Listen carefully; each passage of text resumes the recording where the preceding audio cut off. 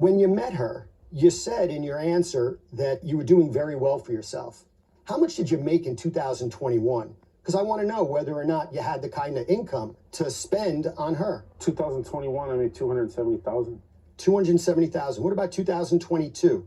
2022 was closer to 300.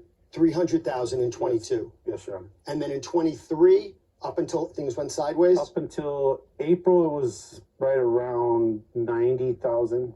Yeah, so we had the disposable income. Now, you said that, Mr. Arredondo, you said that you lost $300,000 almost overnight. Correct. But you said you're not being sued for that. No, Yeah. I was never paid for it. We invoiced for it. The manager was stating that the work was done, and it wasn't done. Got it. Things of that nature. So you weren't paying for the lawsuits, nothing like that? No. And would you say that your business relationships were pretty good? You had no financial problems? Correct. He did. I went through his phone. He owes a lot of people money. Did he give you permission to go through his phone? Yes. He gave you permission to go through his He phone? gave me his passcode. Well, that was stupid. But it is true that despite what you just testified to under oath, that your financial world since 2018 has been crumbling. Yes. Yeah. 2018, you're sued in small claims court in California. 2019, 2 other small claims cases filed against you on the same day in California. November 2019, breach of contract. November 2019, breach of contract, debt collections. January 2020, breach of contract. January 2020, breach of contract, debt collection. January 2020, breach of contract, warrant issued for your arrest. 2021, debt collection, tort action, breach of contract in Michigan. 2021, contract, debt collection, breach of contract, small claims, breach of contract.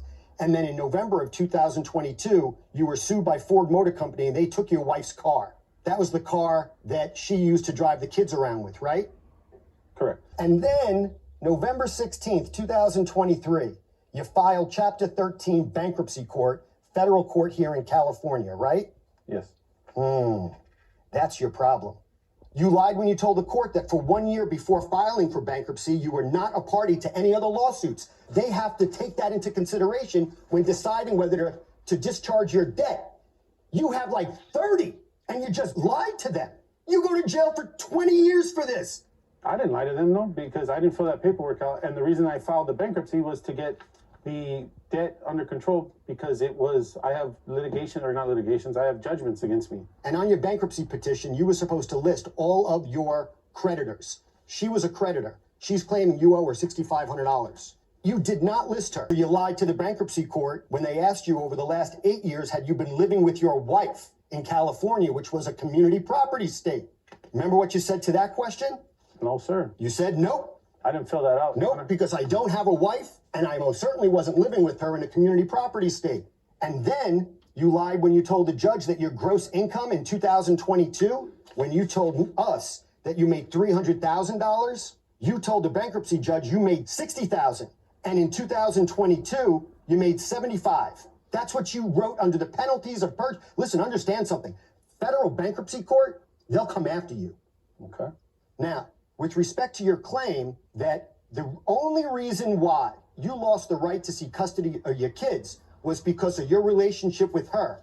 You remember that? Yes. Well, there was another reason why your wife didn't want you to see the kids unsupervised, right? Yep. Yes. Why don't you tell us now? Go ahead. Yes, she made statements that I drank and that I Not only did drank, you were drugs habitual drunk. You know how many times she mentioned you in her petition? 0. What she said was that he would not say where he was taking the boys when it was his time.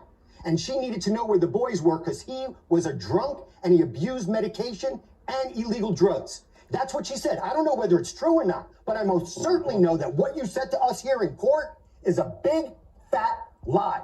I'm done. Then we are going to retire to deliberate at this time. Thank you both.